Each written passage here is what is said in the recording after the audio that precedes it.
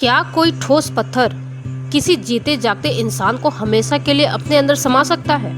ये सुनने में भले ही असंभव लगे, लेकिन राजेश्वर मंदिर में आज भी एक ऐसा शिवलिंग मौजूद है जिसकी दरार में सदियों पुरानी एक रेशमी साड़ी का पल्लू फंसा हुआ है। कहते हैं ये कोई साधारण कपड़ा नहीं, बल्कि एक महारानी की आखिरी निशानी है जो खुद महादेव में समा गई थी।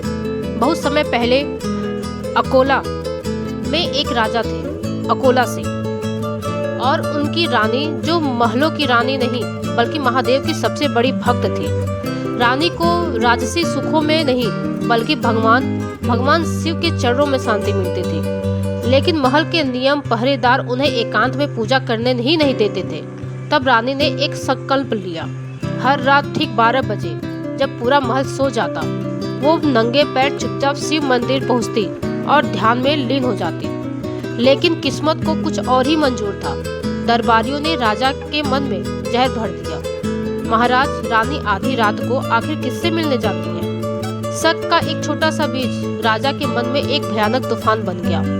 एक रात राजा नंगी तलवार लेकर अपनी ही रानी के पीछे मंदिर में पहुंच गए। जैसे ही रानी गर्भगृह में ध्यान कर रही थी, उन्हें पीछे से तलवार की आहट सुनाई दी। जब उन्होंने मुड़कर देखा तो सामने अपने पति को खड़ा पाया तो उन पर शक कर रहा था।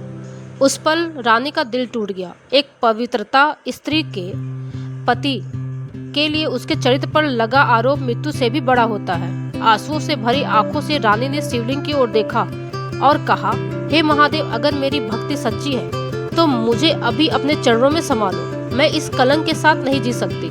तभी पूरा मंदिर दिव्य प्रकाश से भर गया और अचानक वो ठोस पत्थर का शिवलिंग गर्जना के साथ 2 हिस्सों में बट गया। ये खुद महादेव, जिन्होंने अपनी भक्त के लिए अपना हृदय खोल दिया।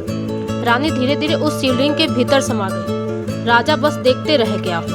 जब तक उन्हें अपनी गलती का एहसास हुआ, तब तक वो पत्थर फिर से जुड़ चुका था।